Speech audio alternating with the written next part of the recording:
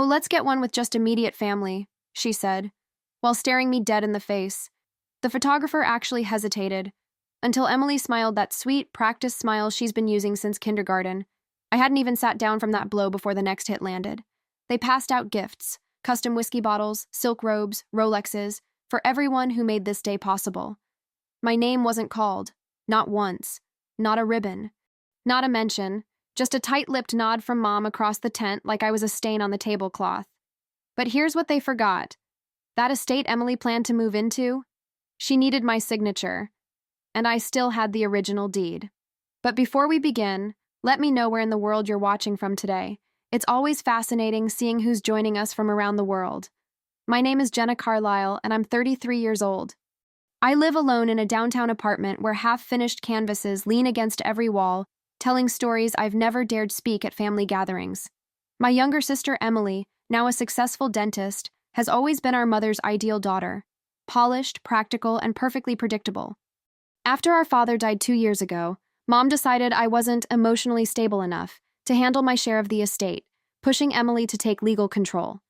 My fingers traced the edge of Dad's original property deed, tucked safely in my desk drawer. What they didn't know was how much power I still held.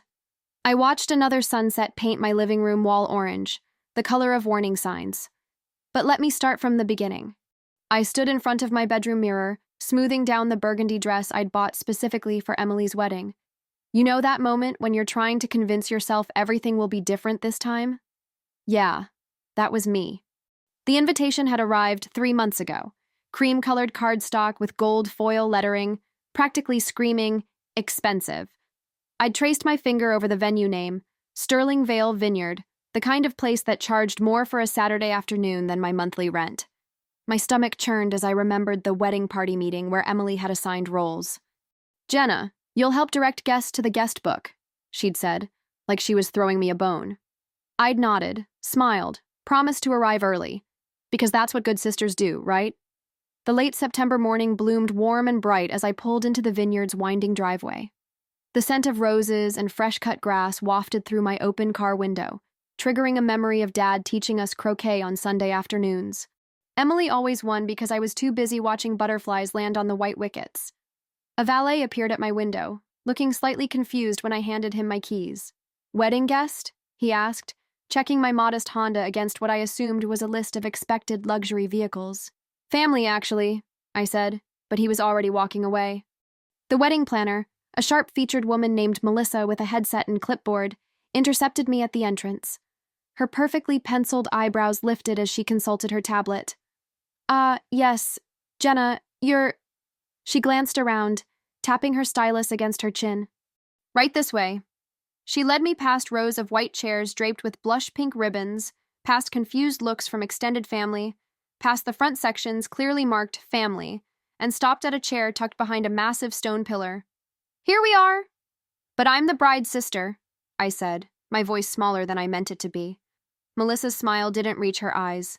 The seating chart is very specific. Emily was quite clear about the arrangements. I sank into the chair, the rough stone pillar cool against my bare shoulder. From my position, I could see maybe 60% of the ceremony space, if I leaned sideways. The string quartet started up, and guests filled in around me, shooting curious glances my way. Mrs. Henderson, our old neighbor, did a double take when she spotted me. Jenna? Why are you all the way back here, dear? I forced a smile so tight it hurt, just helping with the flow of things. The ceremony passed in a blur of poetry readings and string music. Emily looked perfect, of course, her blonde hair cascading in practiced waves, her designer dress probably worth more than my car. I clapped at all the right moments, even though my view was mostly of that damn pillar. When it was time for photos, I hung back, watching the photographer arrange family groups against the vineyard's rolling hills. The light was golden, catching the edges of everyone's hair like halos. Family photos! The photographer called out. Let's get the immediate family first. I stepped forward, smoothing my dress. Emily's eyes met mine, cool and calculated. Oh, let's get one with just immediate family, she said, her voice carrying clearly across the lawn. My chest squeezed tight. You know that feeling when your body goes hot and cold at the same time? When you can hear your heartbeat in your ears? The photographer looked between us, confusion clear on his face. But, he started. Emily sighed, that practiced sound she'd perfected since childhood.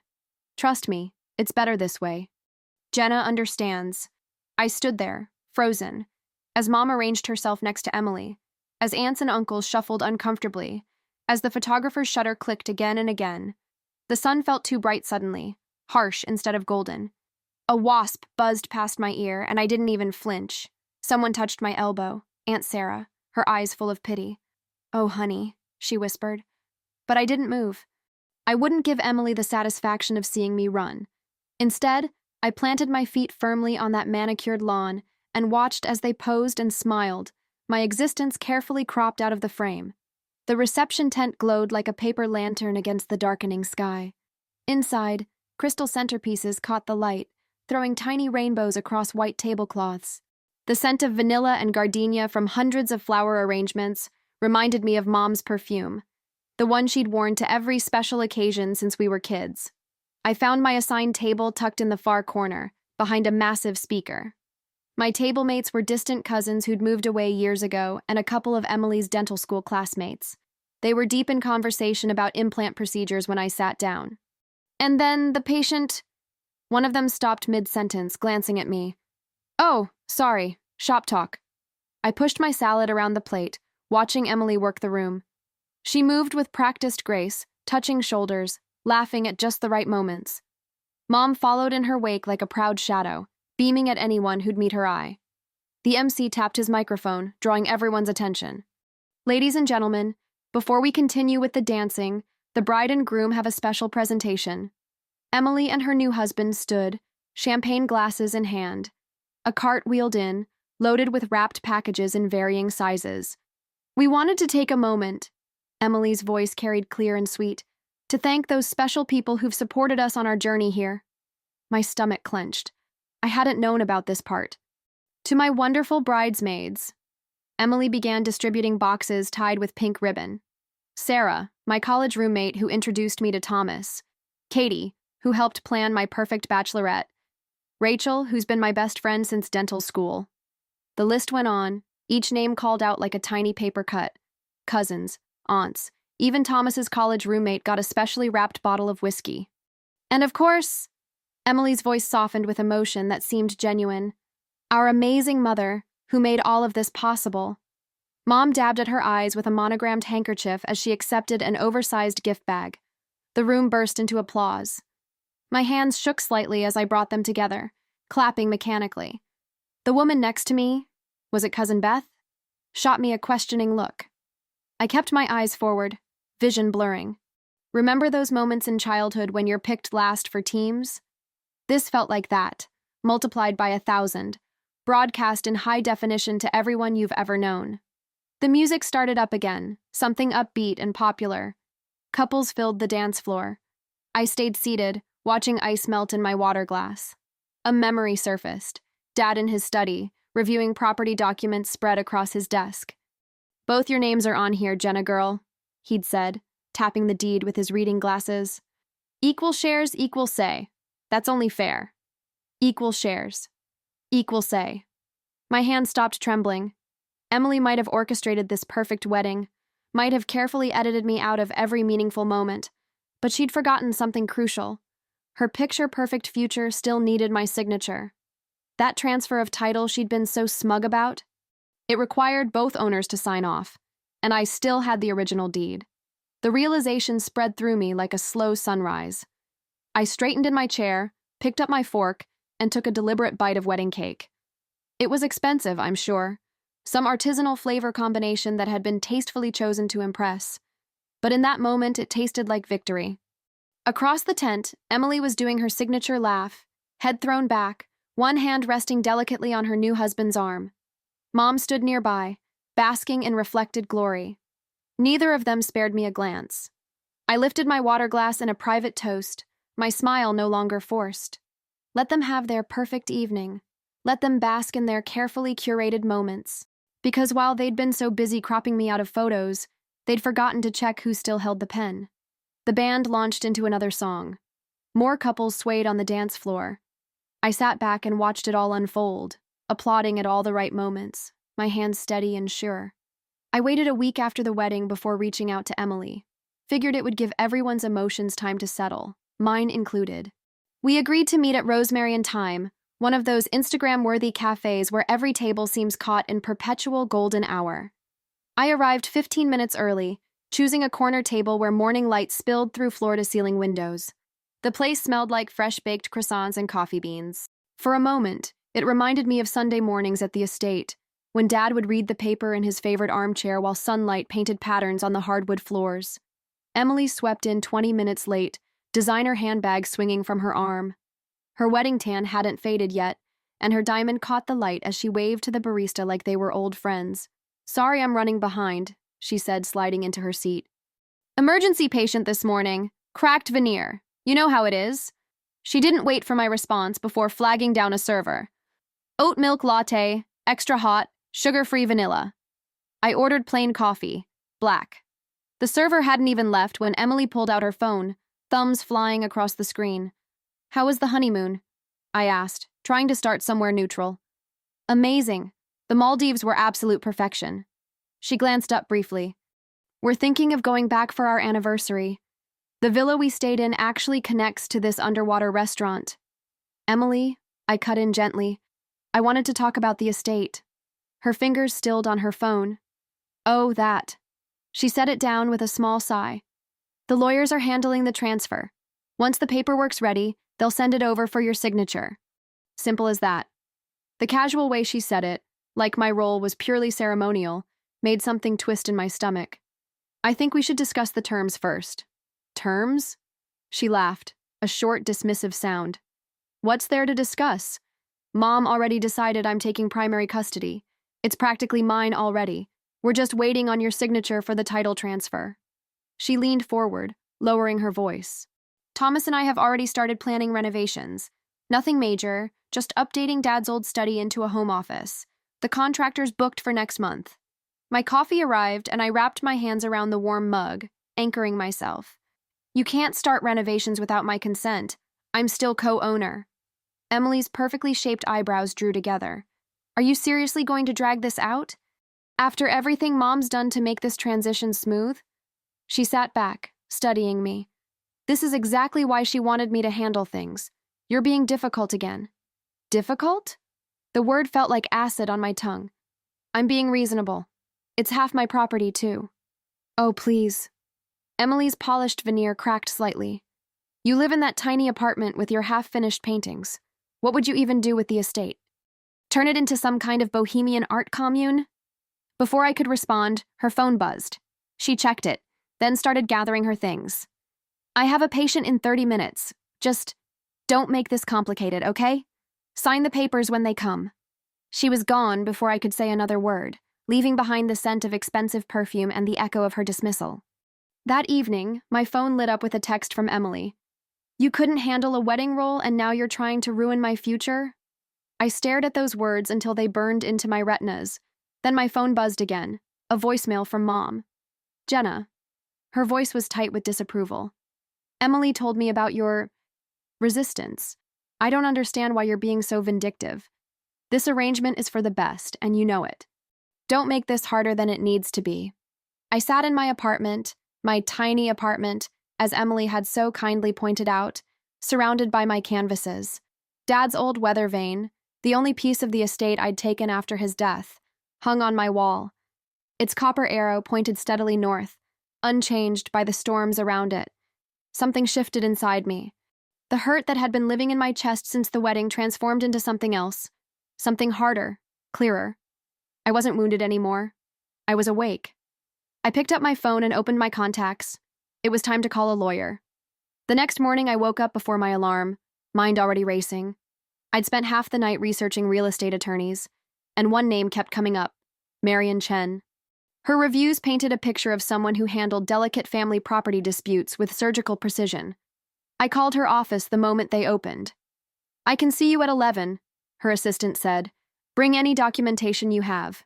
The law office occupied a converted Victorian downtown, all dark wood and gleaming brass. Marion herself matched the setting, elegant, composed, with reading glasses perched on a chain around her neck. I spread out my papers. The original deed, Dad's will, photos of the estate. Tell me what brought you here, she said, settling into her leather chair. I walked her through everything. The wedding, the attempted exclusion, Emily's renovation plans. Marian listened without interruption, occasionally making notes in precise handwriting. And you have the original deed? She asked, reaching for it. Yes. Emily doesn't know I kept a copy. Marian studied the document, then pulled out a legal pad. Based on what you've shown me, your position is actually quite strong. As co-owner, you have several options. She ticked them off on her fingers. You can stall the transfer indefinitely. You can demand fair market compensation for your share. Or, she paused, adjusting her glasses. You can list and sell your half of the property without requiring your sister's consent. I felt my breath catch. I can sell without her agreement? Absolutely. It's called a partition by sale. Your sister would have right of first refusal, but if she declines, you're free to sell to any qualified buyer. The possibility hit me like a wave of pure oxygen. For the first time in months, maybe years, I could breathe properly. And there's nothing they can do to stop it? Not legally, no. Marian smiled slightly. Would you like me to draw up the listing paperwork? I nodded, thinking of a development company I'd researched the night before, Heritage Renovation Partners. They specialized in preserving historic properties while adapting them for modern use. I already have a potential buyer in mind. 3 days later, the listing went live. I was in my studio working on a new piece, my first in months, when the pounding started at my door. Open this door right now! Emily's voice carried through the wood, sharp with fury. I know you're in there. I took my time walking over, pulse steady. When I opened the door, Emily nearly fell forward, her face flushed.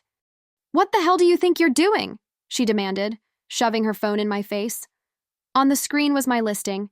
Historic Carlisle Estate, South half share available. Selling my property, I said simply. Your property? She laughed, high and brittle. That estate belongs to the family. You can't just... Actually, I can. I own half, remember? The deed you were so eager to have me sign away? Emily's perfectly maintained composure cracked. I'm already living there. I have residency rights. Squatters' rights? I raised an eyebrow. That's what you're going with? I'll sue you, she hissed. I'll tie this up in court for years. You'll never sell... You might want to check with a lawyer first, I cut in. I already did. The law's pretty clear on partition sales. This is exactly why Mom didn't want you handling anything. Her voice rose. You're unstable, vindictive. I'm calling my attorney right now, and we're going to force a buyout. Half market value, take it or... I closed the door. Through it, I could hear her continued threats, but they sounded distant now, unimportant, like background noise in a movie that's about to change scenes. The pounding resumed, harder this time. Don't you dare ignore me. Open this door. I walked back to my easel instead, picked up my brush, and returned to my painting. It was a stormy sky, dark clouds breaking apart to reveal hints of light. Behind me, Emily's voice eventually faded, replaced by the sound of heels clicking away down the hall. I added another streak of gold to the breaking clouds, knowing I'd just lit the first match. The texts started rolling in that evening. First from cousins, then aunts, even Mom's bridge club friends. Everyone had an opinion about my mental state and my vindictive behavior. I scrolled through screenshots my cousin Sarah secretly forwarded me. Emily had been busy in the family group chats. She's completely unhinged, Emily wrote. First the wedding drama, now this? She needs help. Mom chimed in. I knew giving her any control would lead to disaster. She's always been... unstable. The word made my jaw clench. That same label they'd slapped on me since childhood, when I'd rather paint than play tennis, when I chose art school over business college. Now they were using it as a weapon, trying to paint me as crazy for simply exercising my legal rights. You know what's funny about being called unstable your whole life? Eventually, you develop a rock-solid foundation just to prove them wrong. Emily's campaign spread to Facebook, where mutual friends started sharing concerned messages. Is everything okay? We're worried about you. Each one carefully crafted to make me sound like I was having some sort of breakdown. I kept screenshots of everything, not because it hurt, okay, maybe a little, but because something told me to document it all. The next morning, my phone lit up with Marion's number. "Jenna," she said, and I could hear papers rustling in the background. "I need you to come to my office. Now. I found something interesting." 20 minutes later, I was perched on the edge of her client chair as she pulled out our father's will. "I've been reviewing everything in detail, and there's something we missed initially. Your father added a codicil, a modification to his will shortly before he passed." She pointed to a paragraph near the bottom, and I leaned forward to read. "In the event that either of my daughters engages in any act of exclusion, abuse, or deliberate harm toward the other, any private settlement arrangements regarding the estate shall be rendered void, and the property must proceed to public auction, with proceeds split equally between charitable preservation trusts and the wronged party." My heart actually skipped. What exactly constitutes an act of exclusion? Marion's eyes met mine. That's the beautiful part. The codicil specifically mentions public humiliation, intentional exclusion from family events or documentation, or any attempt to diminish the other's standing within the family. She paused. "Jenna, tell me again what happened at the wedding." I pulled out my phone, hands slightly shaking with excitement. "I have the wedding video. Emily's cousin Amy sent it to me. She thought I'd want it as a keepsake." I scrolled to the relevant parts: me being seated behind the pillar, the photographer's exchange, Emily's dismissal during family photos. But the real gold was in Emily's reception speech. I found the timestamp and pressed play. Emily's voice filled Marion's office. "Family is who you choose, not who you're given. Today, I'm surrounded by the people who truly matter." Marion's eyebrows rose. "That's rather explicit." "Wait," I said, fast-forwarding slightly. "Here's where they do the thank you gifts. Notice how they call out every single family member except me? I was sitting right there." Marion started taking notes. "Do you have any documentation of the aftermath? The social media posts? The group chats?" I pulled up the screenshots. "Everything. Including Emily and Mom calling me unstable and trying to turn the family against me." "This is perfect," Marion said, spreading the evidence across her desk. "Your father was clever. He must have suspected something like this might happen. The codicil is ironclad, and Emily's actions check every box." She started typing on her computer. "I'll file the motion today. Once the judge sees this evidence, what happens then? The private settlement option disappears completely. The estate goes to public auction. No exceptions, no appeals. Emily can't buy it, can't claim it, can't live in it." Marion looked up from her screen. "Your father built in the ultimate consequence for exactly this type of behavior." I sat back, letting it sink in. Dad had known. He'd seen through Emily's perfect daughter act and left a trap door she'd just walked right into. All those years of him quietly watching family dynamics, saying little but seeing everything. "There's one more thing," Marion added. "Under the codicil, half the proceeds go to preservation trusts, but the other half, it goes to the wronged party. That's you, Jenna. Not split between you and Emily, just you." A slow smile spread across my face. Not because of the money, though that was nice, but because Dad had managed to deliver justice from beyond the grave. He'd known exactly who his daughters were, and he'd planned accordingly. "Should I call Emily?" Marion asked. "Let her know what we've found?" I thought about my sister's smug face at the cafe, her threats at my door, her attempts to paint me as crazy. "No," I said. "Let her find out in court. After all, family is who you choose, right?"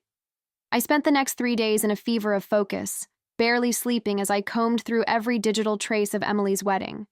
You know that intense clarity that comes when you finally see through someone's mask? That's where I was living. Each new piece of evidence felt like unwrapping a gift, one that Emily had thoughtlessly given me. My hands trembled as I created a folder on my laptop labeled Wedding Evidence. Inside went screenshots of Emily's Instagram stories showing the seating arrangement, complete with that strategic pillar placement. Text messages from confused relatives asking why I wasn't in the family photos. But the real treasure? The professional videographer's raw footage. I'll never forget watching it for the first time, curled up on my couch at 2 a.m. with a glass of wine. There I was, arriving in that burgundy dress I'd spent way too much on, trying so hard to blend in. The camera caught Emily's quick side-eye when she saw me, followed by her hurried whisper to the wedding planner. 20 minutes later, I was being shuffled behind that massive stone pillar. But wait, it gets better. Remember how Dad always said the devil's in the details? Well, The videographer's wireless mic picked up Emily's exact words to the photographer during the family photo session. Crystal clear audio. Let's keep it simple. Just immediate family for this one. Then that pointed look at me, like I was some stranger who'd wandered into the frame. I actually laughed out loud when I found the live stream recording of Emily's reception speech. There she stood, champagne flute raised, perfect teeth gleaming as she delivered what she probably thought was a Pinterest-worthy line. Family is who you choose, not who you're given. The irony was delicious. She'd handed me exactly what I needed, gift-wrapped in her own smug superiority. My phone buzzed. A text from Marion, my attorney. Send everything you've got. The more documentation, the better. I stayed up until dawn, organizing it all chronologically. The seating chart with my name squeezed in last minute. The gift distribution list where I'd been conspicuously omitted. Emily's social media posts, tagging every family member except me. Each piece told its own story of calculated exclusion. When I finally hit send on the email to Marion, sunlight was just starting to streak through my windows. You know that moment when you've been up all night and everything feels slightly surreal? That's when my phone rang. Emily's name lit up the screen. "We need to talk," she said, her voice tight with forced control. "I'm willing to offer you a buyout for your half of the estate. Half market value, cash offer." I let the silence stretch, remembering all those family dinners where I'd swallowed my words to keep the peace. The way Mom would press her lips together if I tried to defend myself. How Emily would smile that practiced smile while twisting the knife. "Jenna? Are you there?" Emily's voice had that familiar edge, the one that said she was used to getting her way. I thought about the videos sitting in Marion's inbox, about Dad's clever codicil, about karma finally catching up. "Text me the offer," I said, then hung up. Within minutes, my phone pinged. There it was, a lowball figure that probably represented every cent Emily could scrape together. She'd even added a note. "This is more than fair considering your history." I screenshot the message and forwarded it to Marion with 3 words. "Add this too." Then I turned off my phone, walked to my bedroom window, and watched the sunrise paint the sky in shades of victory. For the first time since Dad died, I felt him with me. He'd known this day might come. He'd given me the tools to defend myself. All I had to do was use them. The evidence was gathered. The trap was set. And Emily? She had no idea she'd already sprung it. The courtroom smelled like lemon polish and stale coffee when we filed in that Wednesday morning. I'd been up since dawn, my hands steady for the first time in weeks as I'd dressed in my most professional outfit. A charcoal pencil skirt and cream blouse that Dad had bought me for my first gallery showing. Emily sat across the aisle, perfect as always in a tailored navy suit, but I noticed her fingers wouldn't stop fidgeting with her wedding ring. Remember those old westerns Dad used to watch, where everyone holds their breath before the showdown? That's exactly how it felt when Marion stood up to present our evidence. The judge, a no-nonsense woman in her 60s, leaned forward as the wedding footage played on the courtroom monitor. There I was, being herded behind that pillar.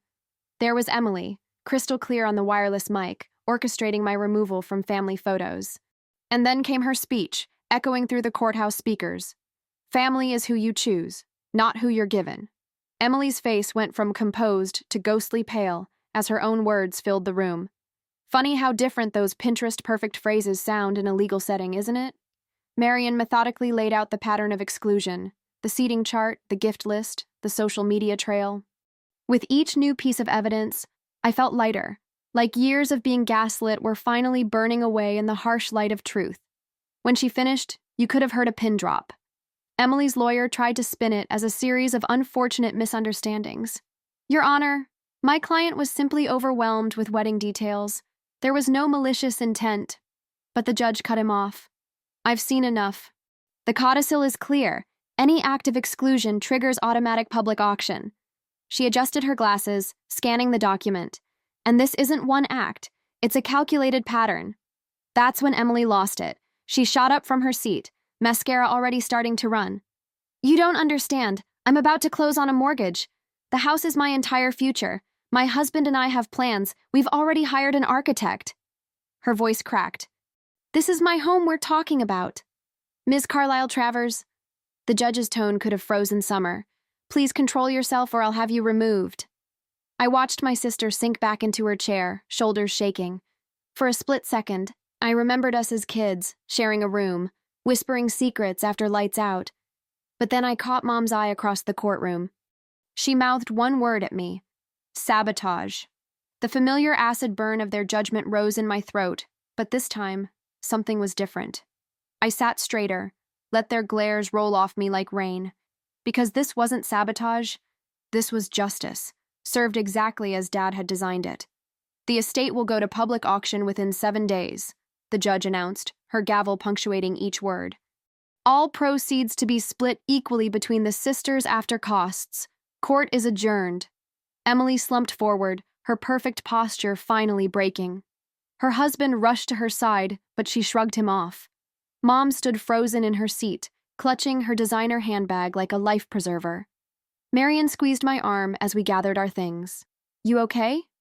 I nodded, surprised to find it was true.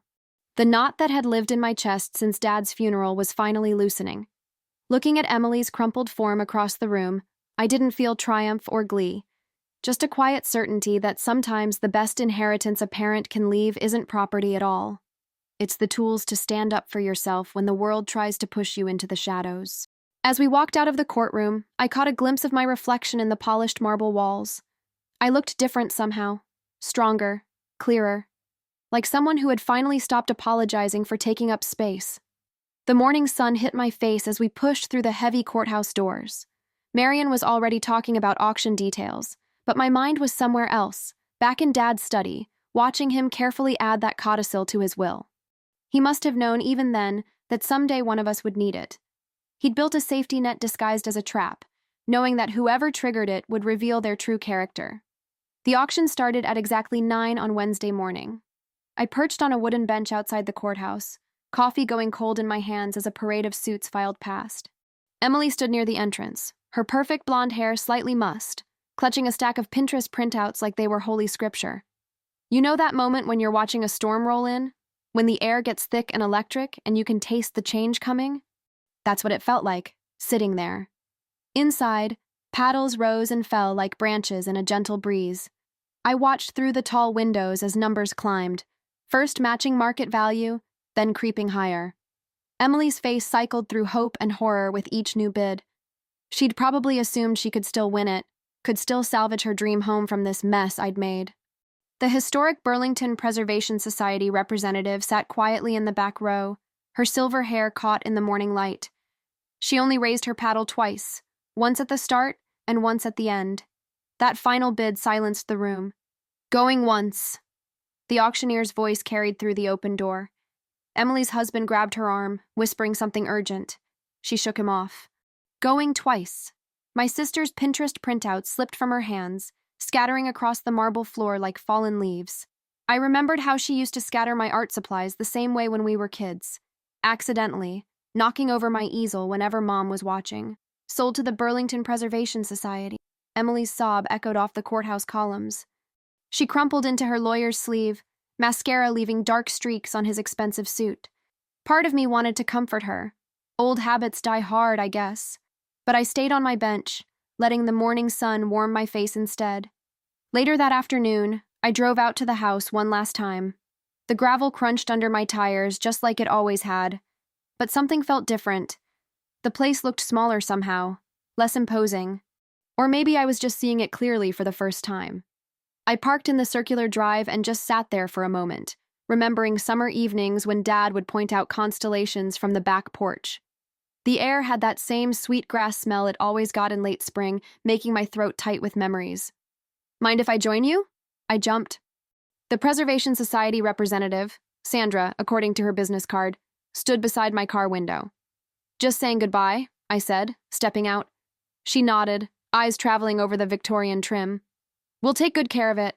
Open it for tours, maybe set up some historical exhibits about the area." Dad would have liked that. The words came out before I could stop them. "Your father's weather vane? The hand-forged one on the roof?" Sandra gestured upward. "That's quite a piece of craftsmanship. We'd love to feature it in the main hall display." I followed her gaze to where the old iron weather vane creaked slowly in the breeze. Dad had installed it himself 30 years ago, refusing help even when Mom insisted he was too old for roof work. Actually, I said, that's the one thing I'd like to keep. Sandra's eyes crinkled kindly. Of course. We can have our crew take it down safely before the transfer. An hour later, I watched 2 Preservation Society workers carefully lower Dad's weather vane into my waiting arms. It was heavier than I expected, worn smooth in places from decades of wind and rain. The copper rooster at its top still turned at the slightest touch, just like it had when Dad first mounted it. I wrapped it in an old moving blanket and settled it in my passenger seat. In my rearview mirror, the house grew smaller and smaller until it disappeared around the bend. The same bend where I used to wait for the school bus, where Emily would pretend not to know me if her friends were watching. That evening, I met Marian at her office to sign the final paperwork. My share of the auction proceeds would clear in a few days, enough to finally open that gallery I'd been dreaming about. The pen felt steady in my hand as I signed, each letter a step toward something new. Need anything else? Marian asked as I stood to leave. I shook my head, hugging the wrapped weather vane close. Through the blanket, I could feel its solid weight, its history. Not everything worth inheriting comes in a deed or a will. Sometimes it's just a piece of weathered iron, pointing faithfully toward whatever storm comes next. I didn't have to wait long for karma to show its teeth. Word travels fast in a town like ours, especially when it involves old money and public humiliation. 7 days after the auction, I was sipping coffee at Rosemary's Cafe when I overheard the first whispers. 2 women at the counter, both wearing tennis whites from the country club, weren't even trying to keep their voices down. Did you hear about Emily Carlisle? Her mortgage application got denied. Apparently, she'd already started spending against that inheritance she thought was guaranteed. No! The other woman's eyes widened. Didn't she just have that enormous wedding at Sterling Vineyards? Exactly. And now the bank's flagging her accounts for insufficient funds. My husband's their loan officer. Says she's been living on credit for months, telling everyone the estate would cover it. I stirred my coffee slowly, watching the cream make lazy spirals. The familiar scent reminded me of Sunday mornings when Dad would read the paper at the kitchen table, telling me to ignore what other people thought and follow my heart. If only he could see how right he'd been. By midweek, Emily's carefully curated social media empire started crumbling. Her dental practice's review page filled with uncomfortable questions about ethics and family values. Her sponsored posts for luxury skincare dried up as brands quietly removed her from their influencer lists. Even her wedding photographer archived their featured blog post about her perfect family celebration. But the real earthquake hit at the Hamilton Country Club, Mom's sacred ground. I heard about it from Marian, my lawyer, who played bridge there every Thursday. Your mother showed up for her usual ladies' lunch yesterday, Marian told me over the phone. Half the table suddenly remembered other appointments. Barbara Whitney, the membership committee chair, actually said out loud that some people mistake social climbing for good breeding. I could picture Mom's face, that careful mask cracking just enough to show the panic underneath. The same look she'd given me whenever I chose art supplies over tennis lessons, like I was purposely sabotaging her country club credentials. On Friday morning, my phone buzzed with a text from my cousin Kate. OMG, have you seen? They dropped Aunt Margaret from the spring charity ball committee. First time in 15 years she's not running the silent auction. I hadn't planned on this part, the social avalanche that buried them both. But watching their carefully constructed world collapse felt like watching a time-lapse of justice. Every canceled lunch date, every unanswered text, every awkward silence when they entered a room, it all added up to exactly what they'd done to me for years. The following Tuesday, I ran into Emily at the grocery store. She looked smaller somehow, her designer bag replaced with canvas, her perfect blowout grown out and showing roots. When she saw me by the produce, she froze. Happy now? Her voice cracked. Mom can barely leave the house. The club's talking about reviewing her membership. I picked up an apple, checking it for bruises. Sounds rough, almost like being excluded from family photos and wedding speeches. That was different. I was just... She stopped, realizing how many people were watching. Mrs. Chen at the register had already pulled out her phone, probably updating the town gossip chain. Emily's cart rattled as she pushed past me, leaving behind half her shopping list. I noticed generic brands instead of her usual organic everything. The sight didn't bring me joy exactly, but it did feel like balance being restored. That evening, Mom left a voicemail. Her voice wavered between anger and desperation. The Whitneys uninvited me from their annual garden party. 30 years I've attended that party, and Caroline Masters suggested I take a break from the curling team until this unfortunate situation blows over. This is all your fault, you and your vindictive little power play. I saved the message, not out of spite, but as a reminder. Sometimes the most powerful revenge isn't what you do. It's simply letting natural consequences unfold. They'd built their world on appearance and exclusion. Now they were learning how it felt to be on the other side of those country club doors. The next morning, my cousin Kate texted again. Mom says Aunt Margaret got dropped from 3 more charity boards. Emily's husband's family is apparently reconsidering their investment in her practice expansion. I set my phone down and looked out my apartment window. A fresh spring breeze carried the scent of blooming dogwoods, the same trees that used to line our family estate's driveway. But for the first time, that scent didn't bring any pain, just clarity. I signed the lease on a Thursday morning. The realtor handed me the keys to 42 Maple Street, a 2-story brick building with tall windows and weathered wooden floors that creaked in all the right places. My gallery. Finally mine. You know those moments when your whole life shifts and settles into place?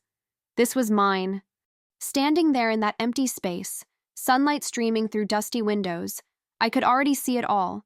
Canvas-lined walls, track lighting, the perfect mix of modern and vintage that would make both traditional and contemporary art feel at home. The previous tenant left some old display cases in the basement, the realtor mentioned. Want me to have them removed?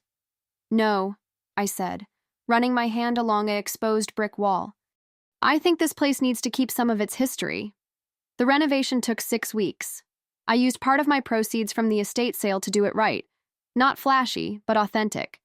We stripped decades of paint from the brick to reveal its natural warm tones. Refinished those old hardwood floors until they glowed like honey. Installed gallery lighting that made even pencil sketches look like masterpieces. My contractor, Dave, caught my vision immediately. We're not building a sterile white box, he said during our first meeting. We're creating a space that tells stories. Every morning, I'd arrive early to check on progress and just breathe it all in. The smell of fresh paint and sawdust reminded me of Dad's workshop, where he'd taught me to sandwood grain and respect old things. He would have loved this place. The weather vane sat in my apartment through all of this, wrapped carefully in moving blankets. I'd cleaned off decades of grime and rust, revealing the hand-forged copper underneath. The arrow still pointed true north, just like when Dad installed it on the estate roof 30 years ago. Opening day was set for the first Saturday in May. I'd curated a mix of local artists and a few bigger names, arranged to maximize the natural light from those tall windows. My own pieces, abstract landscapes in oils and mixed media, took up one small corner. Not hidden, but not shouting either. At dawn that morning, Dave and his crew arrived to mount the weather vane. I watched from the sidewalk as they secured it to the rooftop platform we'd built specially for it. The rising sun caught the copper, making it glow like a beacon. Your dad would have appreciated the engineering on this, Dave said when he came down. We anchored it exactly like they would have in 1910 when this building went up. I touched the brass key in my pocket, a nervous habit I'd developed since signing the lease. He always said good craftsmanship tells its own story. The gallery officially opened at 10, but people started gathering outside by 9:30. I recognized faces from the local art scene, a few curious neighbors, and, surprisingly, some of Mom's former country club friends. Word travels fast in small towns, I guess. Inside, everything was ready. Wine chilling, catering arranged, price lists printed. I'd named the gallery True North, partly for the weather vane, partly because it felt right. The logo, designed by a local artist, incorporated a compass rose that echoed the one Dad had forged into his creation.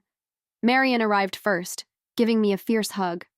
This, she said, gesturing around, this is exactly what your father meant that property to support. Not some cookie-cutter suburban dream, but something real and lasting. At 10 sharp, I unlocked the doors. People flowed in, their voices mixing with the soft background music I'd chosen. I caught fragments of conversations about light and shadow, about the building's history, about the perfect balance of old and new. Around 11, someone pointed up through the skylight we'd installed in the main gallery. The weather vane had caught the wind, spinning slowly in the spring breeze. Sunlight flashed off its polished surface, sending little spots of light dancing across the white walls like nature's own art installation. "Oh, look at that," I heard someone say. "Is that original to the building?" I smiled, remembering Dad up on our roof, carefully aligning his creation with magnetic north. No, I said, but it's exactly where it belongs. The morning flowed into afternoon. Sales exceeded my projections. 3 artists scheduled future shows. But the real victory was simpler. Every person who walked through those doors saw the space exactly as I'd imagined it. Warm, authentic, alive with creativity. Standing behind my new desk near closing time, I looked up through that skylight again. The weather vane caught another gust, spinning freely, its arrow finding north just like it always had. True North Gallery had been open for 3 weeks, and already it felt like home. I'd developed little rituals, arriving early to adjust the lighting, brewing coffee in the tiny kitchenette, and spending a few quiet moments with each piece before visitors arrived. The weather vane's shadow would sweep across the floor like a sundial, marking time in its own gentle way. Remember those summer afternoons when Dad would take me antiquing? The musty smell of old furniture shops, the way sunlight caught dust motes dancing in the air. That same kind of peace filled my gallery now. Every creak of the old wooden floors felt like a whispered hello. One Tuesday afternoon, the bell above the door chimed. A woman in her 60s wandered in, wrapped in a flowing indigo scarf that made her silver hair glow. She moved through the space slowly, methodically, pausing longest before my corner of paintings. "These speak to me," she said, not turning around. "Especially this one."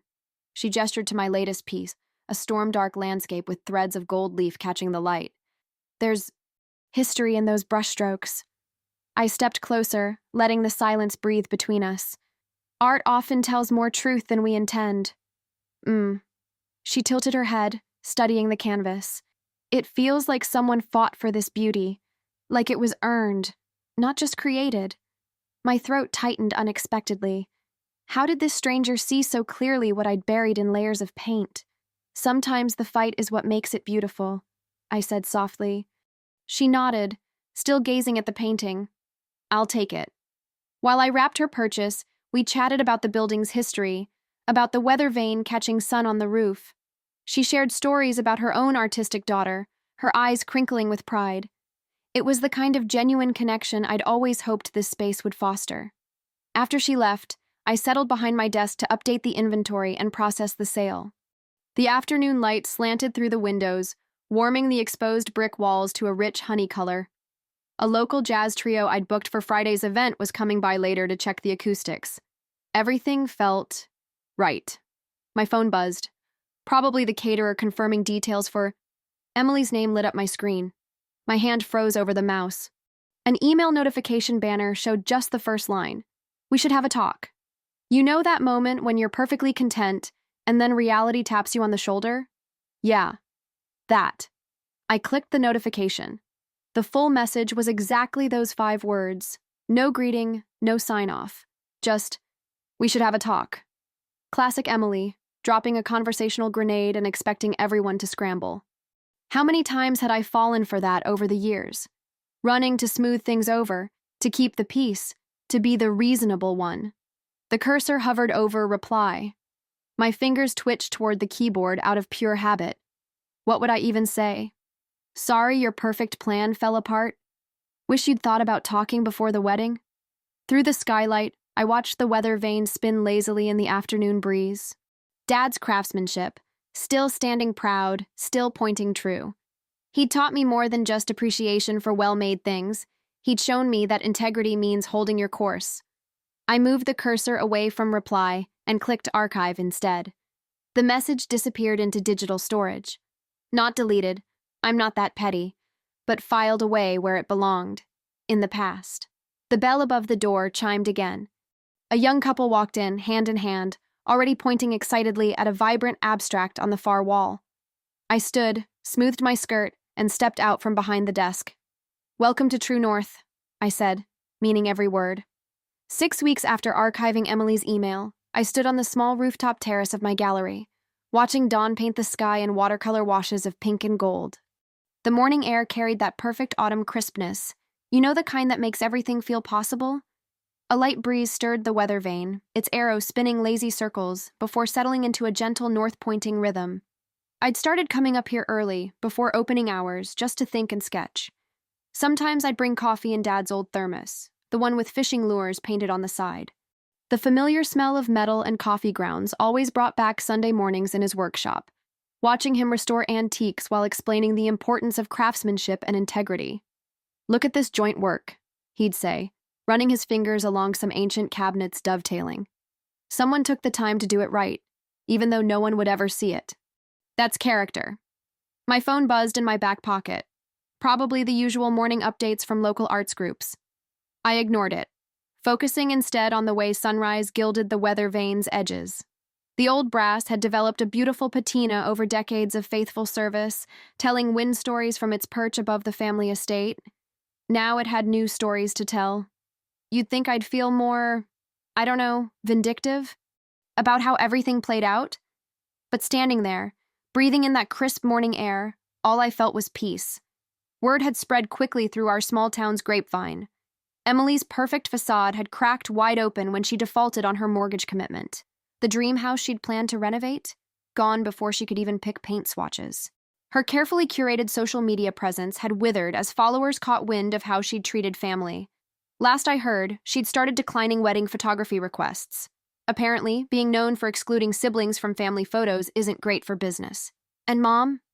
Her fall from grace had been spectacular in its own quiet way. The country club still accepted her dues, but somehow her regular bridge group always seemed to be full. Charity board meetings got rescheduled without notice.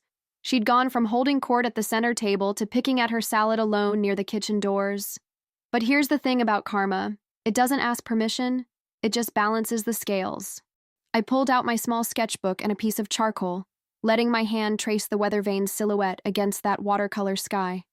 The familiar scratch of carbon on paper centered me, just like it had all those years when art was my only real voice. A delivery truck rumbled past below, heading for the cafe next door.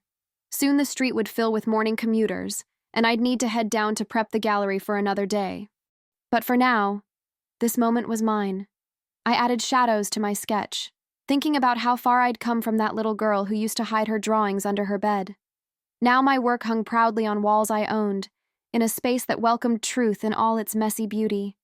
Paint stains marked my jeans like badges of honor, no more hiding who I was or what I loved. The breeze picked up, and the weather vane creaked softly. Dad's craftsmanship, still speaking after all these years. He would have loved this place, I think. Would have appreciated how the morning light played across the exposed brick walls, how every imperfection told a story. Looking down at my sketch, I saw I'd captured more than just metal and sky.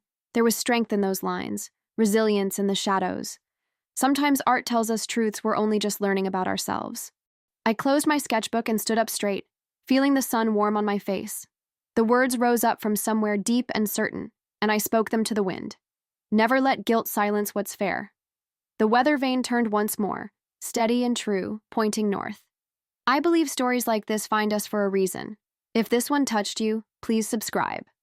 I share a new one every day, and tomorrow's might be the one your heart's been waiting for.